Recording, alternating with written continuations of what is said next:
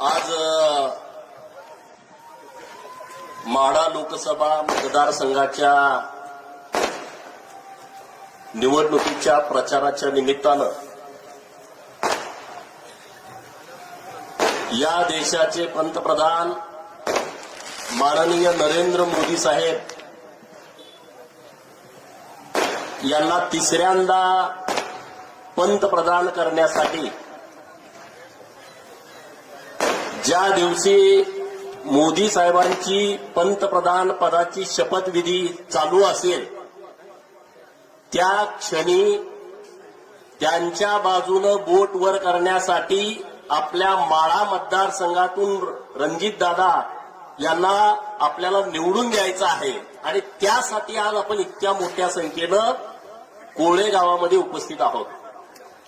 माननीय खासदार साहेब आहेत, माननीय ज्यांचं आता मार्गदर्शन झालं ते शेतकऱ्यांचे नेते माननीय सदाभाऊ, माननीय शाजी बापू, माननीय दीपक आबा, माननीय भाऊसाहेब रुपनर साहेब, माननीय संभाजी तात्या, माननीय दादासाहेब लवटे, व्यासपीठावरती अनेक मान्यवर मंडळी, शिवाजीराव घेरडे, अन्य सगळी मान्यवर मंडळी आहेत, देवा माने आहे, राहुल आहे आणि तुम्ही सगळी कोळे गावातल्या लोकांचं काम असं आहे की त्यांच्या अंगातच बंडखोरी जास्त आहे, रक्तात त्यांना गप बसू वाटत नाही.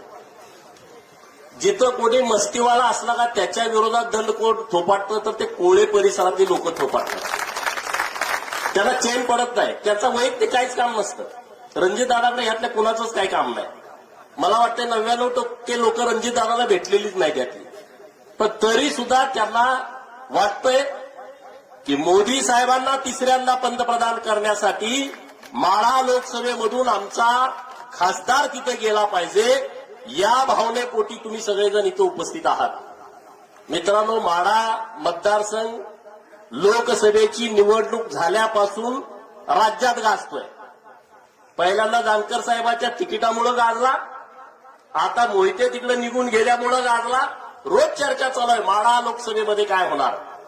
माढ्यामध्ये एकच धोरण ठरवा, माढा आणि प्रस्थापितांना पाडा, नुसतं पाडा नाही डबरं काढून गाडा, ही घोषणा तुम्ही इथं ठेवा. माढा शरद पवारांच्या बिनबुडाच्या विचाराला गाडा. वातावरण असं झालं की पवार साहेब लोकांच्या का डोक्यात येत नाही मला कळत नाही. 2009ला हाच माणूस माढा मतदारसंघामध्ये आला की हा देशाचा पंतप्रधान होणार आहे, त्यांना तुम्ही निवडून द्या, माढा लोकसभेची बारामती करायची आहे. शाजीबापू ही सगळे बरोबर ना होते ना? शाजीबापू होते, दीपक आबा तर त्यांचे समर्थक होते, आबासाहेब होते. आम्ही तेव्हा जानकर साहेब इकडे निवडणुकीला उभा राहिलो होते तेव्हा आम्ही गावागावात फिरायचो आणि लोक गावातले म्हणायचे की आता पवार साहेब पंतप्रधान होणार आहेत. 2009 ते 2014 पवारांचा किती दौरा झाला या भागात मला सांगा तुम्ही. किती वेळा आलते, काय केलं त्यांनी काम? देशाचे मंत्री होते, कृषी मंत्री होते, काय त्यांनी केलं काम? काही काम केलं नाही. आणि आज मी कुठेतरी वाचलं की या मतदारसंघाचा तुतारीचा उमेदवार म्हणतोय की माढा लोकसभा मतदारसंघातल्या शेतकऱ्याचा स्वाभिमान जपायचा असेल तर पवारांच्या बाजूला गेलं पाहिजे. कोण म्हणतोय? उमेदवार. मग 2009 ते 2014 पवारांचे हात कुणी बांधले होते का? इथं पाणी इतके मोठी वाईट परिस्थिती होती, इथं मुलांच्या हाताला काम नाही, पवारांनी काय केलं? अरे मित्रांनो, शरद पवार नावाचं झाड आता समुद्राच्या बरोबर मध्यावरती आहे आणि ते तिथं डुबणार आहे. आणि आता हे गडी जाऊन त्या समुद्र जहाजामध्ये जाऊन बसलेत. हे बुडणारं जहाज आहे, हे जहाज किनाऱ्याला लागत नाही. 7 मे आता हे 4 जूनला तुम्ही बघा त्या राजकारणाची माती झाली असेल. आज त्यांनी दुसरं एक स्टेटमेंट केलंय, काय? देवेंद्र फडणवीसांच्या नावावरती उमेदवार निवडून येत नाही. कोण म्हणतंय? शरदचंद्र पवार. अरे तो देवेंद्र फडणवीस असा माणूस आहे त्यांच्या नेतृत्वात 2014ला या महाराष्ट्रातल्या लोकांनी 122 आमदार निवडून दिले. तोच देवेंद्र फडणवीस आहे, त्यांच्या नेतृत्वात 2019ला या महाराष्ट्रातल्या लोकांनी 105 आमदार निवडून दिले आणि 42-43च्या वर खासदार निवडून दिले. पवार पूर्वी मी त्यांना म्हणायचो 3.5 जिल्ह्याचा नेता आहे, 3.5 जिल्ह्याचा स्वामी आहे. आज याच देवेंद्र फडणवीसांच्यामुळं शरद पवारांना बारामतीतल्या गल्ली बोळात फिरावं लागतंय. 3.5 जिल्ह्यामध्ये जायला सुद्धा त्यांना वेळ दिलेला. ही परिस्थिती आता निर्माण झाली आहे आणि त्यामुळं मी तुम्हा सगळ्यांना विनंती करेन, माढा लोकसभा मतदारसंघातल्या लोकांना, आमचं धोरण काय आहे, रणजित नाईक निंबाळकरांचं मिशन काय आहे, देवेंद्रजी फडणवीस साहेबांचं मिशन काय आहे, एकच मिशन, माढा सिंचन. हेच धोरण आहे आमच्या या नेतृत्वाचं. मी दुष्काळी पट्ट्यातला आहे, मी दुष्काळी तालुक्यातला आहे. आपण अनेक वेळा एकत्रित आंदोलन केलेले आहेत. पाणी चळवळ, पाणी परिषद आटपाडीला व्हायची नागनाथ अण्णांच्या नेतृत्वाखाली. 13 दुष्काळी तालुक्याची, त्यामध्ये आटपाडी होता, खानापूर होता, कडेगाव होता, कवटेमंका होता, जत होता, मंगळवेढा, सांगोला, फलटण, माळशिरस, तिकडं पलीकडं खटाव, कोरेगाव, या 13 तालुक्यांची दुष्काळी परिषद असायची. त्यामध्ये या सगळ्या मोठ्या नेतृत्वांची भाषणं असायची. आदरणीय गणपतराव बाबांच्या पासून शहाजी बापूंच्या पर्यंत ती सगळी लोक मार्गदर्शन करायची. तेव्हा आपल्याला पटायचं नाही कृष्णेचं पाणी इकडे येऊ शकतं.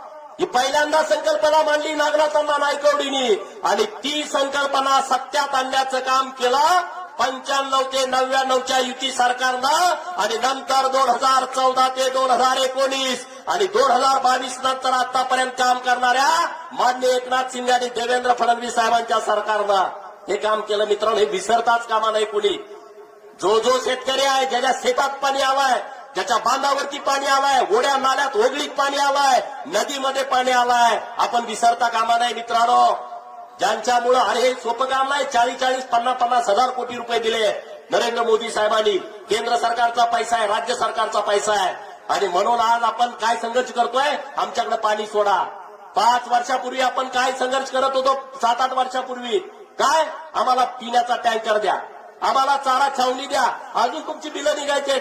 सांगोल्याचे सगळे चारा छावणीवाले भेटतात, आमची बिलं काढा. चारा छावण्या होत्या का नाही तुमच्याकडे? 100-150 चारा छावण्या होत्या. ही परिस्थिती बदलली.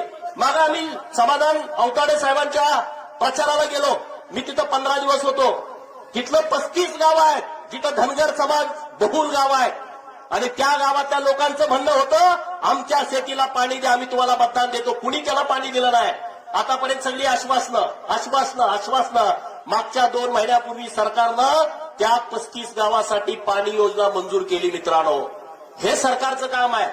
दुष्काळी पट्ट्याच्या तर कुठल्याच शेतकऱ्यानं या महाआघाडीच्या बाजूला मतदान करायला नाही पाहिजे. मित्रांनो, हे जर खरं तुम्हाला राजकारण कळत असेल तर तुम्ही सगळे ताकदीनं भारतीय जनता पार्टीच्या बाजूने उभं राहाल. मित्रांनो, माढ्यामधली परिस्थिती काय आहे, काय निवडणूक. अरे मी आणि सदाभाऊ दोघं आम्ही आमदार आहे.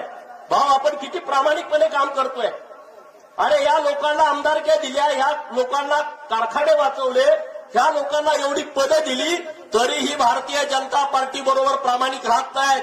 मग भारतीय जनता पार्टीनं नेमकं काय केलं पाहिजे?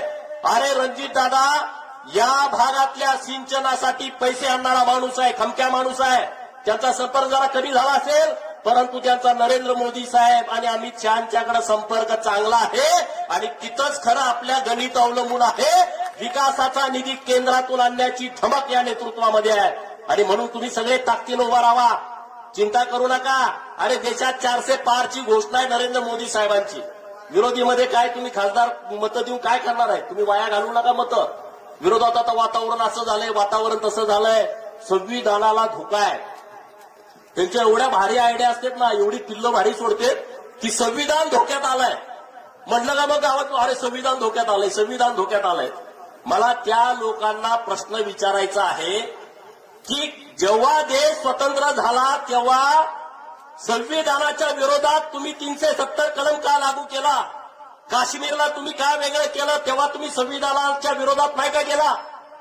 या देशामध्ये शीख, ईसाई, पारसी, बौद्ध आणि नवबौद्ध हे अल्पसंख्याक आहे, पण तरी सुद्धा 20 ते 30% असणाऱ्या मुस्लिम धर्मियाला तुम्ही अल्पसंख्याकाचा दर्जा दिला. हे संविधानाच्या विरोधात नाही का? आरक्षण हे जातीवरती अवलंबून आहे. एससी, एसटी, ओबीसी हे जातीवरती आरक्षण आहे. आपल्या लोकशाहीमध्ये, आपल्या संविधानामध्ये धर्मावरती आरक्षण दिलं जात नाही. 2 दिवसापूर्वी कर्नाटकच्या काँग्रेसच्या सरकारनं धर्मावरती आरक्षण दिलंय. हे संविधानाच्या विरोधात नाही का? अरे दहशतवादी, नक्षलवादी, खलिस्तानी या सगळ्या लोकांना तुम्ही मदत केली आणि असा देश अस्थिर केला. हे संविधानाच्या विरोधामध्ये नाही का? अरे ज्या दहशतवाद्यानं सार्वभौम संसदेवरती हल्ला केला त्याचा जामीन करण्यासाठी तुमचं सरकार असताना पहाटे 3 वाजता सुप्रीम कोर्टाचे दरवाजे उघडले. हे संविधानाच्या विरोधात नाही का? बांगलादेशातून लाखो रोहिंग्या या देशामध्ये आले, त्यांना तुम्ही या देशाचं नागरिकत्व दिलं. हे संविधानाच्या विरोधात नाही? तो उठलं का म्हणे भाजप संविधानाच्या विरोधात आहे. मित्रांनो, नरेंद्र मोदी साहेब हे संविधानाच्या बाजूला ठामपणे उभे आहेत. गावात जर असा कोणी बोलला त्याला पायातला हातात घेऊन जा विचारा. हे तुम्ही केलं पाहिजे मित्रांनो. तर व्हॉट्सअपला येतोय, फेसबुकला येतोय, डोकं हँग होतंय, अरे असं कसं होतं, काही नाही. मागच्या वर्षी 10% आरक्षण जे एससी आणि एसटीला होतं, 10 आरक्षण 10 वर्षाची मुदत गेल्या वर्षी संपली होती बापू. तरी नरेंद्र मोदी साहेबांनी परत 10 वर्षाची मुदतवाढ दिली एससी आणि एसटीच्या आरक्षणाला. त्याचा कोणी विचार करत नाही. जर हे आरक्षणाच्या विरोधामध्ये असते, हे संविधान बदलायला निघाले असते, तर हे एससी आणि एसटीच्या आरक्षणाची 10 वर्षाची मुदत दर वेळेस देतात ती संपली होती, ती 10 वर्षाची मुदत परत वाढवून दिली. याचा काय विचार करत नाही आपण? इथल्या सगळ्या परिसरातल्या धनगर समाजाला माझं आव्हान आहे, कळकळीचं आव्हान आहे. नरेंद्र मोदी आणि देवेंद्र फडणवीसांनी धनगर समाजाचा जो सन्मान केलाय, जो पुण्यश्लोक अहिल्यादेवी होळकरांचा सन्मान केलाय, त्यामुळे या महाराष्ट्रातल्या जो जातीवंत धनगर आहे त्या धनगरांनी भारतीय जनता पार्टीच्या बरोबर राहायला पाहिजे. त्याचं कारण मी तुम्हाला सांगतो मित्रांनो, कारण मी तुम्हाला सांगतो.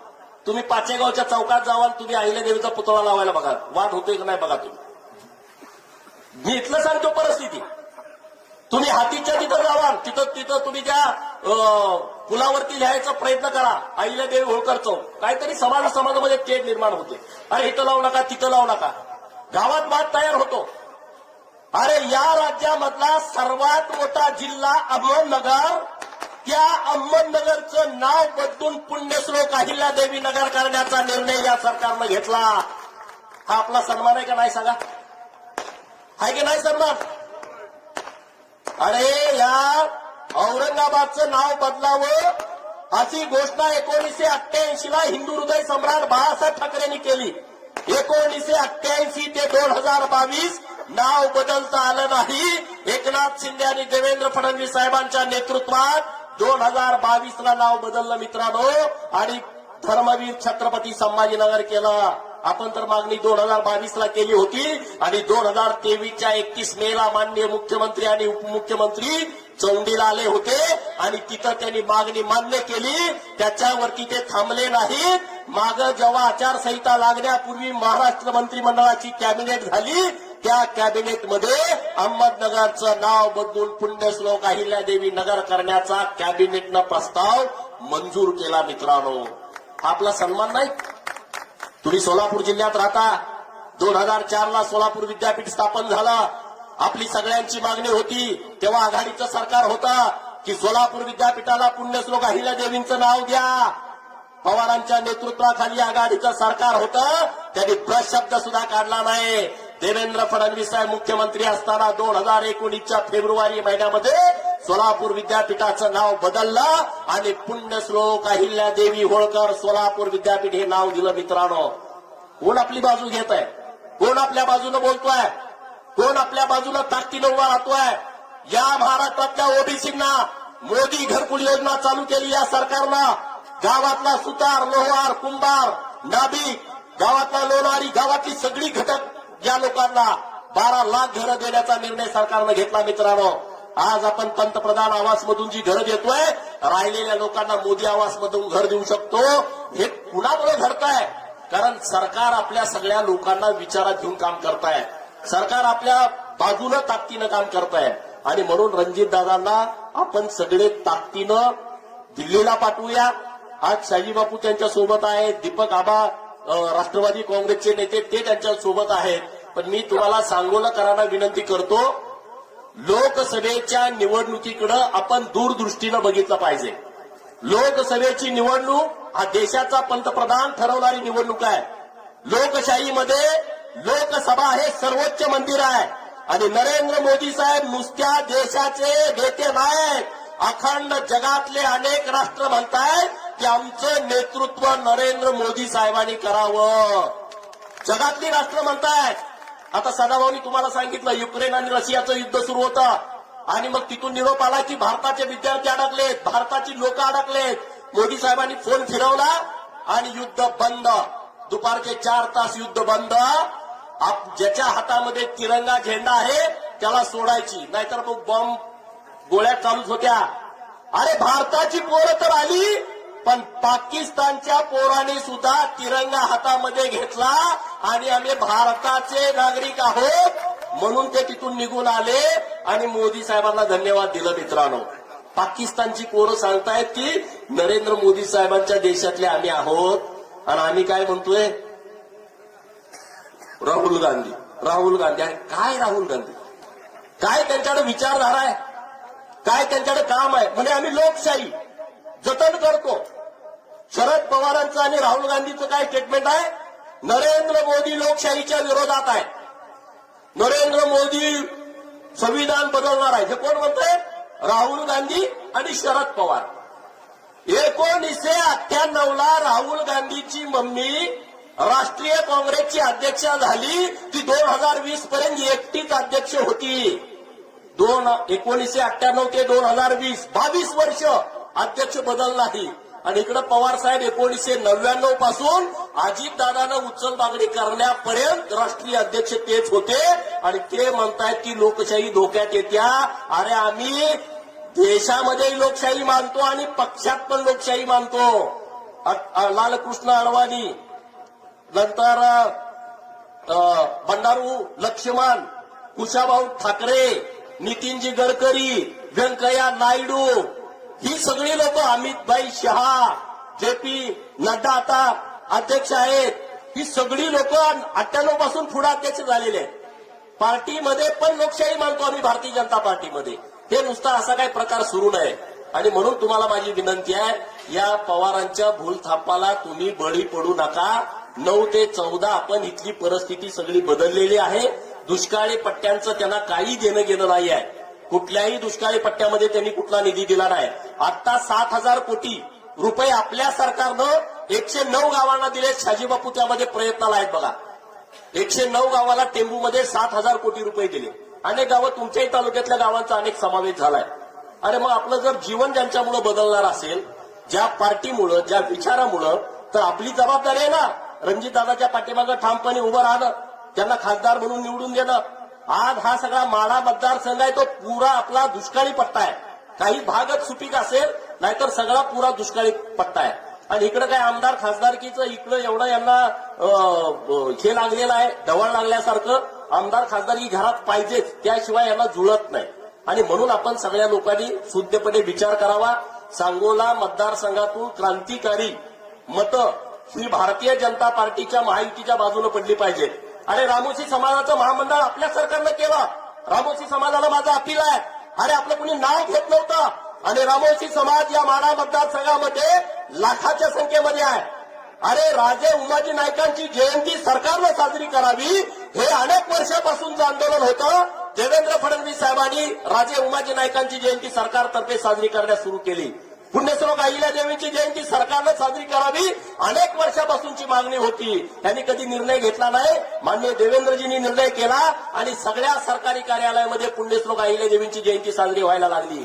गुरव समाजासाठी महामंडळ, वडार समाजासाठी महामंडळ, लिंगायत समाज या महाराष्ट्रातला एवढा मोठा समाज, या समाजासाठी महामंडळ, हे आपल्या सरकारनं चालू केलंय मित्रांनो.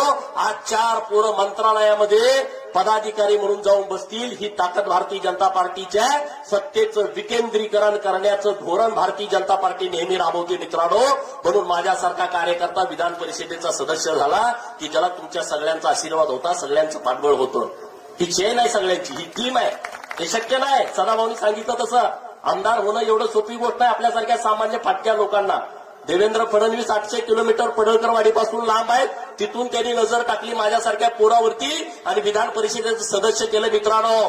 मला एकट्याला नाही, जानकर साहेब सदस्य आहेत, राम शिंदे सदस्य आहेत, तिघं सदस्य विधान परिषदेमध्ये. अरे असा कधीच राजकीय वाटा कुठल्या पक्षाला दिला नाही, हे कधीच घडलं नाही. आता महादेव जानकर खासदार म्हणून दिल्लीला जात आहेत, हे कधीच घडलं नाही मित्रांनो. हे पहिल्यांदा घडत आहे. पवारांनी सांगितलं होतं मी धनगर समाजाला सीट देणार, म्हणले होते का नाही? अरे जानकर साहेब नव्हते, मग दुसरे कोणतरी मागत होते ना सीट, त्यांना का नाही दिली? याचा विचार तुम्ही करा. हे नुसतं दाखवायचं एक, बोलायचं एक, करायचं वेगळं, हे सगळं राजकारण सुरू आहे. असल्या राजकारणाला बळी पडू नका. पवार साहेब लई अडचणीत आहे, पेटू दिला तिकडे, तुम्हाला काय पडलंय? तुम्ही इतके वर्ष अडचणीत होता, पिढ्यानपिढ्या अडचणीत होता. त्यांनी तुमच्याकडे बघितलं? आपला आजा गेला, पंजा गेला, बाप गेला या लपड्यामध्ये. कधी त्यांनी बघितलं आपल्याकडे ढुंकून? नाही, पवार साहेब लय अडचणीत आहे, लय वय झाले ना आता. अरे बसू दे ना घरामध्ये, तुम्ही कशाला चिंता करताय? हे असलं भावनिक तुम्ही होऊ नका. मुद्द्यावरती या, मुद्द्यावरती बोला. धनगर समाजाच्या आरक्षणाच्या बाबतीमध्ये सरकारकडेच पाठपुरावा करून त्यांच्याकडूनच आपल्याला मार्ग काढायचा आहे. हीच लोक काहीतरी मार्ग काढू शकतात, दुसरा माणूस मार्ग काढू शकत नाही. त्यामुळं तुम्ही सगळ्या विषयामध्ये सिरियसली व्हा. बहुजन समाजाला आव्हान आहे, गरीब मराठा समाजाला आव्हान आहे. अरे गरीब मराठा समाजाची पोरं यादी घ्या. सारथी नावाची संस्था स्थापन केली देवेंद्र फडणवीसांनी, या सगळ्या प्रस्थापितांनी विरोध केला होता. हजारो पोरं कलेक्टर, आयपीएस, तहसीलदार, प्रांत, बीडीओ, पीएसआय, हजारो पोरं झाले. हे गरीब मराठा समाजाची मुलं आहेत. त्याच धर्तीवरती ओबीसीसाठी महाज्योती नावाची संस्था काढली. अरे गावातली पालात राहणारी पोरं आता अधिकारी व्हायला लागली. सगळा खर्च महाज्योती संस्था देते. हे इतकं मोठे बदल झालेले आहेत या सगळ्या काळामध्ये. त्याचा विचार आपल्या सगळ्या लोकांनी शुद्धपणे केला पाहिजे. शुद्धपणे तुम्ही विचार करा आणि मतदान करा. नरेंद्र मोदी साहेबांसारखा एक निष्कलंक माणूस मिळालाय. अरे आता आपल्या मनामध्ये काळजी लागली आहे, घरी जायचं आहे, धारा काढायचे आहेत, दारात धरायचे आहेत, मळ्यात जायचं आहे, जनावरं बांधायचे आहे. आपल्या प्रत्येकाच्या मनात आहे. मोदी साहेबांना असं काहीच नाही, घर नाही, दार नाही, प्रपंच नाही, संसार नाही, बायका पोरं काहीच नाही. आजही त्यांचा एक भाऊ पेट्रोल पंपावरती तेल भरायचं काम करतो आणि दुसरा भाऊ 10x10च्या गाड्यामध्ये पतंग विक्रीचं त्याचं दुकान आहे. मला सांगा, कोळेगावचा सरपंच जरी झाला तर त्याचं भावाचं 10x10 गाड्या दुकान असतं का हो? कितीतरी सरपंच इथं बसलेत, असते काय पगारानं? जो माणूस 12 वर्ष गुजरात सारख्या प्रगतशील राज्याचा मुख्यमंत्री आणि भारताचा 10 वर्ष पंतप्रधान आहे, त्यांचा सक्का भाऊ पेट्रोल पंपावरती तेल घालायचं काम करतो पगारावरती. या देशातलं सगळ्यात मोठं राज्य आहे उत्तर प्रदेश. त्या राज्याचे मुख्यमंत्री आहेत योगी आदित्यनाथ. त्यांची सख्खी बहीण एका लाकडाच्या खोक्यामध्ये मंदिराच्या बाहेर फुलं, नारळ, कुंकू, हळद विक्रीचं काम करते. असं कुठल्या पार्टीत घडतं का हो? घडतं का? युट्यूबवरती सर्च करा, लगेच कळतंय. मी तुम्हाला काही चुकीचं सांगत नाही. अशी निष्कलंक माणसं आपल्याला मिळाले. नरेंद्र मोदी साहेब पंतप्रधान झाल्यानंतर काय झालं? 2-3 गोष्टी मी तुम्हाला सांगतो. त्यांनी इथेनॉल आणलं. रणजितदादाच्या कारखान्यावर पण इथेनॉल तयार होता. इथेनॉलची पॉलिसी आणली. काय पॉलिसी आहे? त्यांच्या डोक्यामध्ये आलं की या देशातल्या ऊसाच्या शेतकऱ्याला भाव द्यायचा असेल तर आपण काहीतरी नवीन आयडिया आणली पाहिजे. इथेनॉल आणलं आणि ते पेट्रोलमध्ये मिक्स करायला सुरू केलं. मित्रांनो, या वर्षी 44,000 कोटी रुपये, किती? 44,000 कोटी रुपये पेट्रोलसाठी बाहेरच्या देशात जाणार होते. ते पैसे आपले इथेनॉलमुळे गेले नाहीत आणि ते 44,000 कोटी तुमच्या खात्यावरती 2-2 हजार रुपये म्हणून तुमच्या सगळ्या शेतकऱ्यांना दिले. हे मोदी साहेबांची आयडिया आहे. की मोदी साहेबांचे पैसे कुठं आले? पैसे कुठं? हे असे नवीन हुशार माणसं आहेत आपल्या नेतृत्वामध्ये. दुसरा विषय, मिलिटरीवाले आपल्या गावात कितीतरी मुलं आहेत, त्यांना जाऊन विचारा. मिलिटरीवाले मोदी साहेब आल्यानंतर काय बदल झाला? अगोदर मिलिटरीवाल्यांच्या वरती अतिरेकी गोळ्या घालायचे, पाकिस्तानचे सैनिक गोळ्या घालायचे, चीनवाले गोळ्या घालायचे आणि मग हेच चालू करायचे की आम्हाला परवानगी द्या. तिकडून अटॅक व्हायला लागलाय. परवानगी उस्तर आपली 4 10 लोक आपली धारातीर्थ पडायची, शहीद व्हायची. मोदी साहेब आल्यानंतर काय बदल झाला? मी एका मिलिटरीवाल्याला विचारलं काय बदल झालाय की मोदी साहेब पंतप्रधान झाल्यानंतर. मला व्हिडिओ कॉल करा. व्हिडिओ कॉल केल्यानंतर 2, 3, 4 गोळ्या धडा धडा धडा धडा झाडल्या. मी म्हटलं काय केलं? हा बदल आहे. 4 गोळ्या झाडायला आम्हाला कुणाची परवानगी घ्यावी लागत नाही. 4, 10, 50 आम्हाला आता कुणाचीच परवानगी घ्यावी लागत नाही. हा बदल आहे. त्याच्या पुढे गेलं, आपण सगळी शस्त्रास्त्र खरेदी करायचो बाहेरनं. मला वाटतं दादा त्या कमिटीवरती आहेत. शस्त्रास्त्र आपण सगळी बाहेरनं आयात करायचो.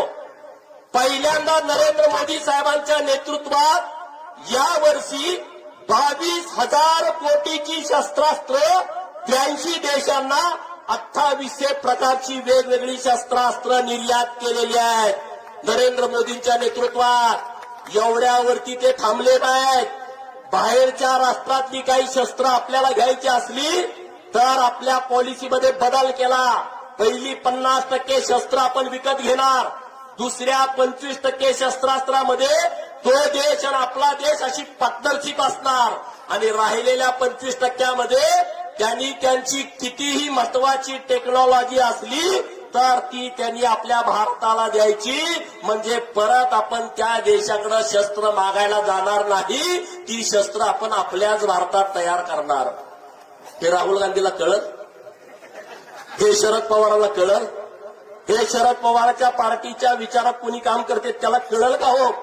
हे गणित त्याला कळलं. कुठला कारखाना बंद पाडायचा, कुठला ढापायचा, कुठली सूतगिरणी बंद पाडायची, कुठली ढापायची, जाता जाता हेलिकॉप्टरमधलं कुठलं रान मोकळं आहे त्याचा 7-12 गोळा करायचा, ती पोरीच्या नावाकडे. ह्यात पवाराचं डोकं फाट चालतंय.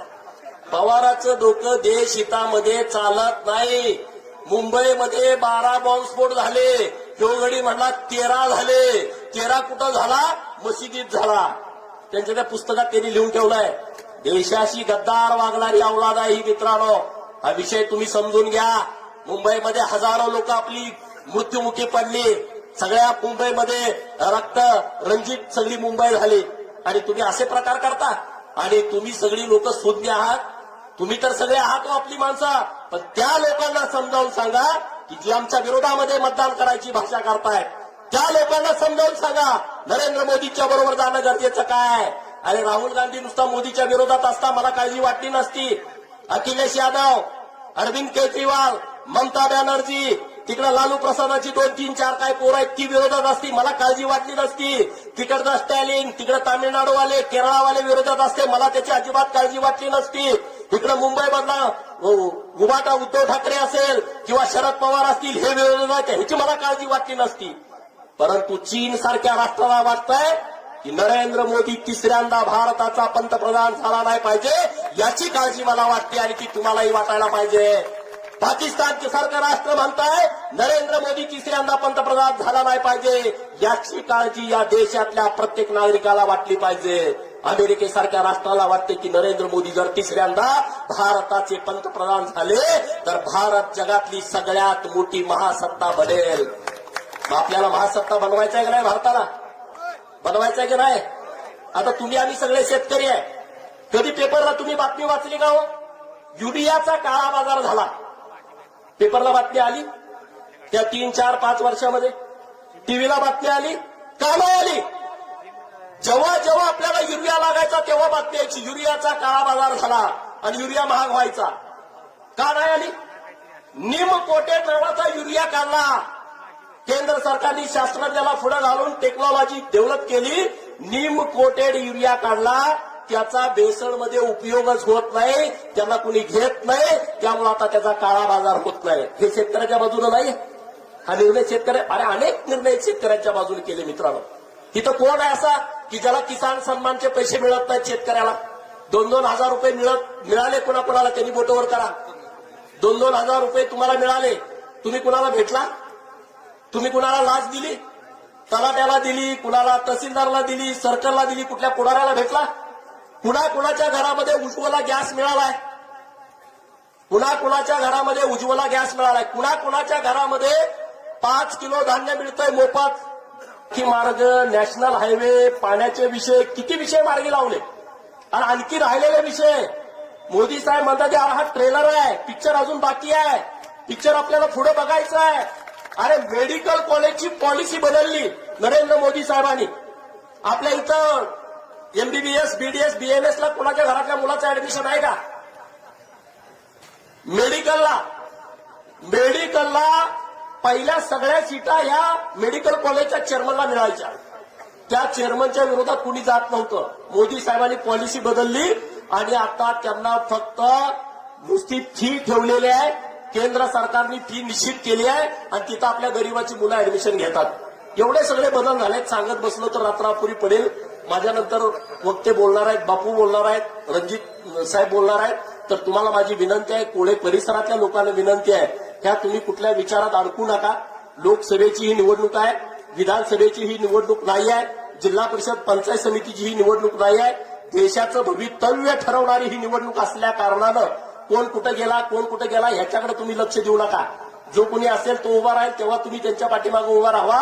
आता रणजित दादांच्या पाठीमागे तुम्ही सगळे ताकदीनं उभा राहा. एवढी तुम्हाला कळकळीची विनंती करतो आणि थांबतो. जय हिंद, जय महाराष्ट्र.